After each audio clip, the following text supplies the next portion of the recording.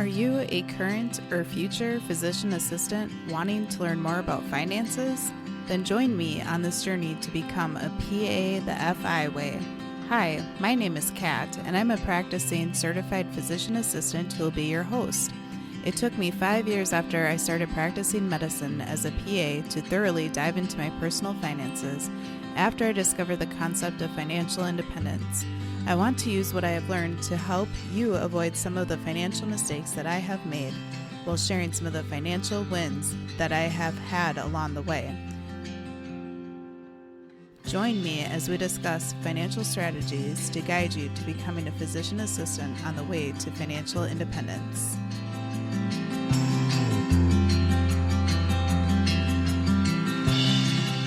Hey there, and welcome back to PA the FI Way. In today's episode, I'm going to do something a little bit different. I'm going to dial it way back and go back to basics. I hear some of you asking, what does that mean? Or, hey, I've been listening to the show for a while. Why do we need to go back to some basic foundational information? And the reason is why there are some basic financial concepts for personal finances, for financial independence, financial freedom, that I have definitely touched on over the years in various episodes, but they have not been thoroughly covered, and the information can serve as great reminders for those of you who feel pretty confident about your finances, but also for the new listeners that have found the show too. If you're new around here, welcome to the show and thank you so much for taking a listen. Periodically going forward, I am going to do some of these episodes where we go back to basics and cover some of this foundational information so you feel empowered and confident in knowing and understanding the information to help you take control of your own finances. Today's episode is going to be all about the high yield savings account, otherwise known as HYSA. Now, HYSAs are definitely different from HSAs. HSA stands for Health Savings Account. And if you want to learn more about HSAs, go back to episode 12. For HYSAs, high yield savings accounts, they were touched on way back in episode 11 when I talked about emergency funds. And you will see more about why that is a little bit later in this episode.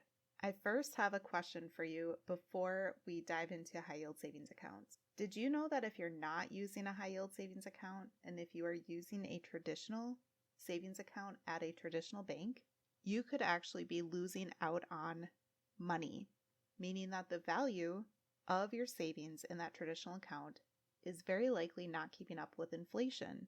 So the value of the funds sitting there is likely going down over time. So you are losing money by not using a high yield savings account. And let's talk a little bit more about what high yield savings accounts are. They are a type of savings account that offer a significantly higher interest rate than a traditional savings account. That's why it's called a high yield savings account. And the APY, which stands for annual percentage yield, is the amount of interest that the high yield savings account earns. And when I say significantly higher, I do mean significantly, meaning that most high yield savings accounts actually earn you at least 10 times the amount of interest than your traditional savings account at your normal bank earns you. So essentially, you are getting 10 times the amount of free money. Some other features of high yield savings accounts is that they are FDIC insured typically, which means that up to a certain amount, depending upon the account, is protected. With high yield savings accounts, your money is not locked up, unlike other types of investment vehicles like a CD, where the money is locked up within the CD and it's harder to access. High yield savings accounts, the money is yours, it's easily accessible. Most high yield savings accounts don't have monthly fees or minimum balance requirements, meaning that you don't need to have a certain amount of money to put in the account in order to have the account. And they also don't suck fees away from the growth for themselves. You definitely want to confirm that with any high yield savings account that you're looking at. Confirm that there are no fees and that there is no balance requirement for a minimum amount to be able to put in there. Meaning most of them you can start with $1 if you wanted to. Let's talk about some reasons to use a high yield savings account. And this goes back to episode 11 where I was talking about emergency funds. Your emergency fund should be kept in a high yield savings account because, again, the money that you are having sit around anyway for an emergency to pop up, it might as well be earning you extra money over time. Back in episode 11, I talked about how many people in the financial space talk about saving 3 to 6 months worth of expenses in your emergency fund. I also talked about how your Roth IRA can actually be used as a stealth or covert emergency fund, and that is what I usually encourage. Most people don't actually need 3 to 6 months worth of their funds sitting around and not being put to work for them. Instead, what I encourage is that you and your spouse, your significant other, your household essentially decide what is your comfort level. For most individuals, a basic amount can be $5,000. And if you have a family, if you have other people that are dependents, $10,000 is a reasonable amount. Now, if that is absolutely outside of your comfort level, you could consider more, but keep in mind that when money is just sitting around in savings, even if it's a high yield savings account, it's not being put to work for you. How does money get put to work for you? That happens when you are paying off your debt aggressively and or investing.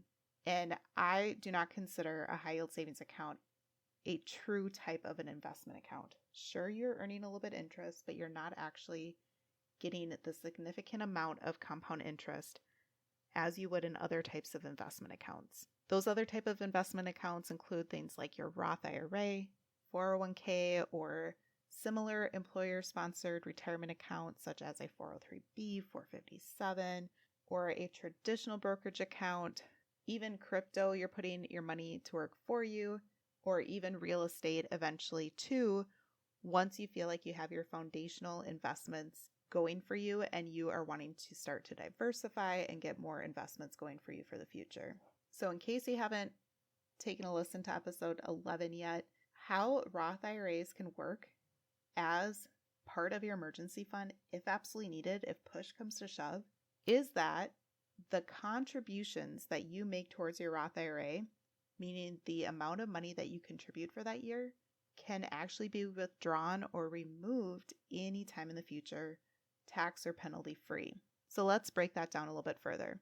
For both 2024 and 2025, your Roth IRA contribution amount is $7,000 to be able to max it out. This can change year over year, but this year did not change compared to last year. It doesn't always increase over time. So if you put in $7,000 for the year of 2024 and $7,000 for the year of 2025, you have $14,000 already between those 2 years of your contributions for your Roth IRA.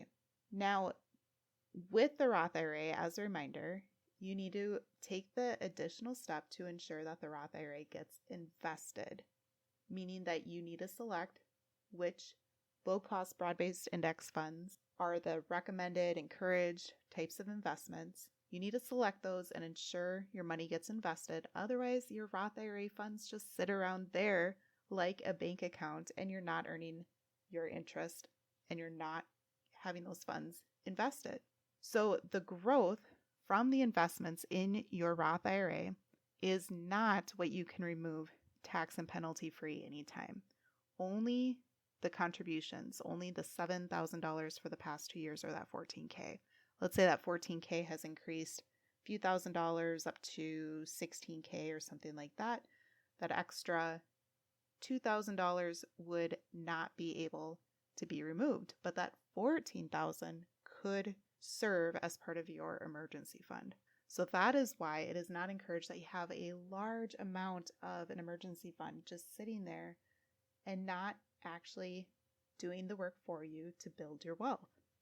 Besides emergency funds, what is another way that a high yield savings account could be used as a great tool on your journey towards financial independence? The answer is sinking funds. And back on episode 27, sinking funds were also briefly touched on. But as a reminder, sinking funds are what you utilize as a known upcoming expense.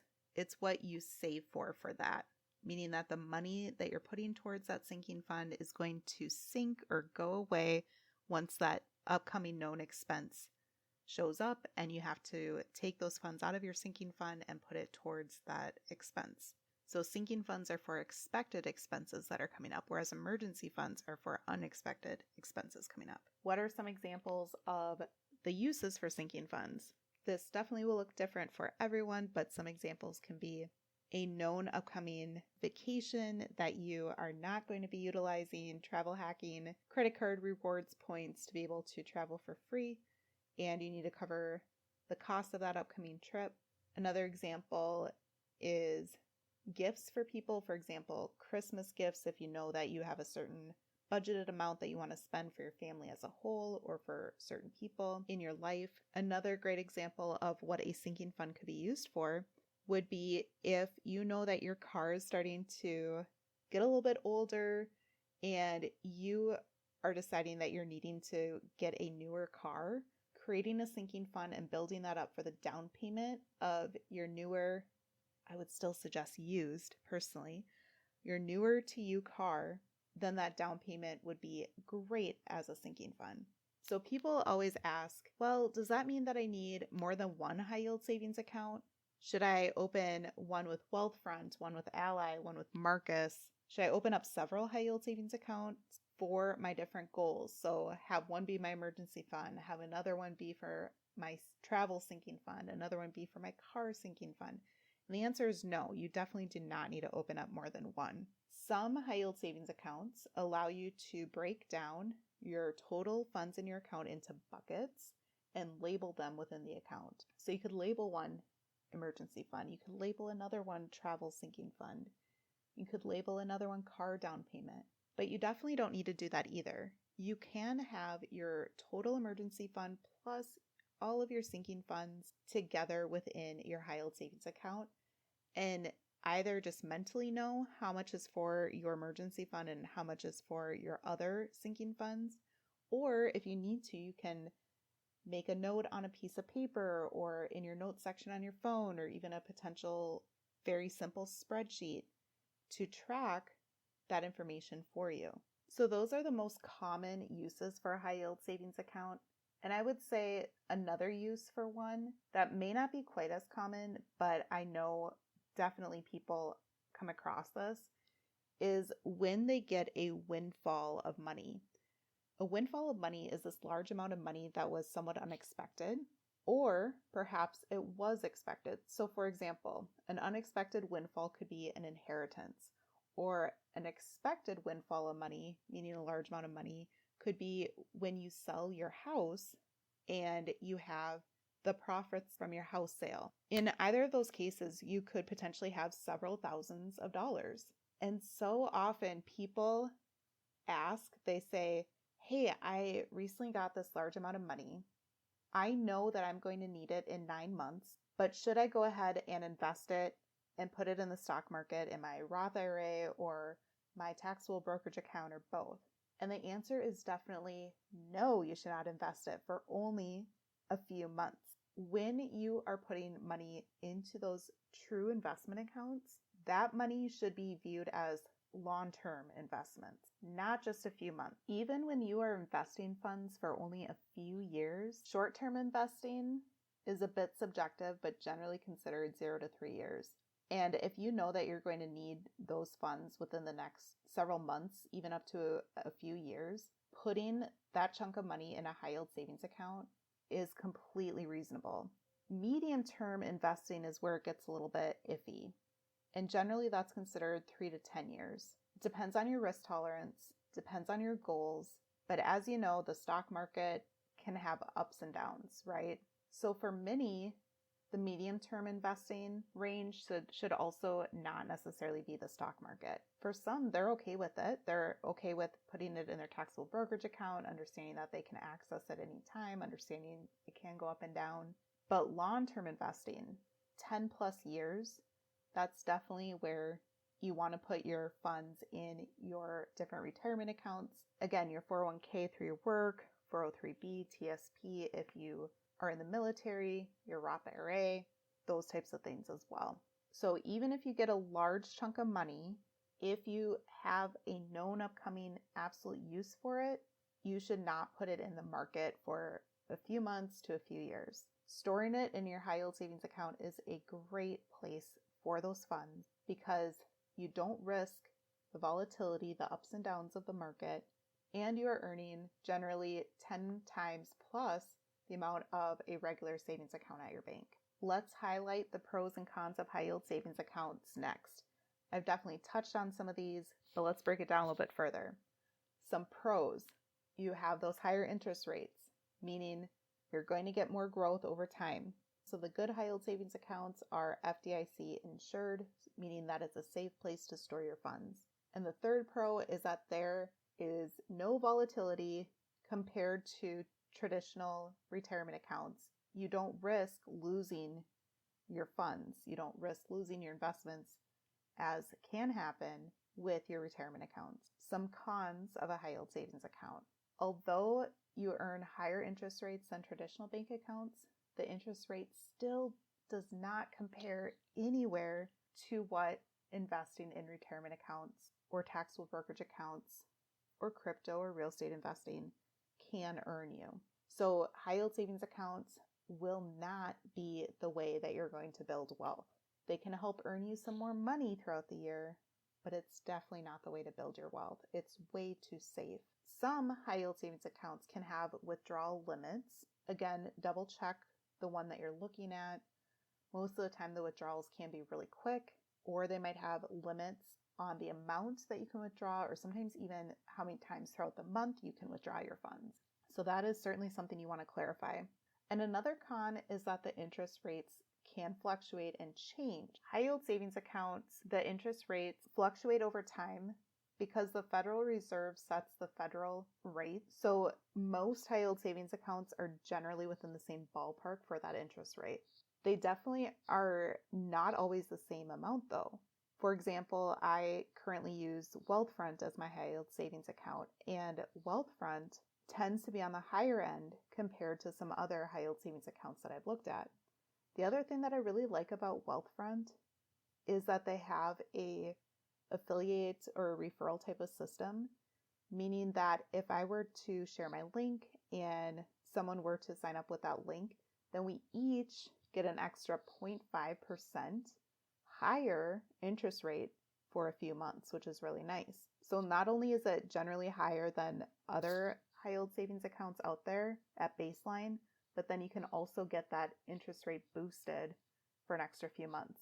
I'll go ahead and share my Wealthfront link in the show notes for today's episode. So if you don't have a high yield savings account, you want to keep it simple, you take a look at Wealthfront online and it checks all the boxes of what you're wanting in a high yield savings account, and you decide to use my link, then we both could earn an extra 0.5%. So thanks for considering that. At the same time, there are several other great ones out there. I know a lot of people have been happy with Ally, with Marcus, with SoFi.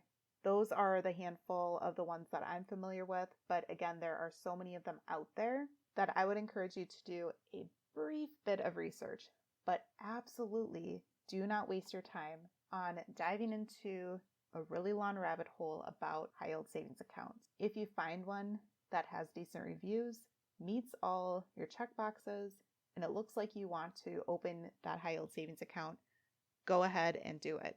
So many people can get absolutely lost in the nitty-gritty of the details and even start chasing the APYs, meaning start chasing those interest rates that are slightly higher. So for example, they start with Wealthfront and then 6 months later they switch over to Ally, and then 3 months later they switch to Marcus. Don't waste your time on that. That takes a lot of time and mental bandwidth. And honestly, the slight difference in the interest rate is not going to move the needle too much by any means. So I know we're all very busy individuals and you have way better uses of your time than doing that. Since it is tax season, I will also mention that depending upon the amount of interest that you earn, your high yield savings account can actually be taxed too. I still Never use that as a reason to not have a high yield savings account though. Keep in mind, any income you earn is subject to taxes anyway. So why not earn more? Even if you have to pay taxes on that, it's better than earning zero and having nothing to show for it, right? As I wrap up this episode, I want to give you a breakdown about the potential growth of a high yield savings account. Let's say that you and your spouse want to have $10,000 in your high yield savings account for an emergency fund for you and two of your kiddos. If you keep those savings in a high yield savings account with a 4.00% APY, then it'll earn you guys $400 for that year. Not too bad for a 15-minute decision, setting up your account online or downloading an app on your phone and getting your high yield savings account set up and the funds that you may have just sitting around anyway transferred over to your high yield savings account. I recognize that the information in today's episode might be a bit basic for some of you. At the same time, maybe you have been in the financial independence community for a while and you have never quite heard a breakdown about these things. So I would be quite curious to hear if you found the information helpful, if you would like to hear more episodes like this that are back to basics to help solidify your financial foundation and knowledge so that, again, you feel confident and you feel empowered to manage your own finances. You can comment on the Instagram or Facebook post about the show, or you can send me a DM and I'd be happy to hear from you. I appreciate you taking the time to tune in, and I'll see you back here soon.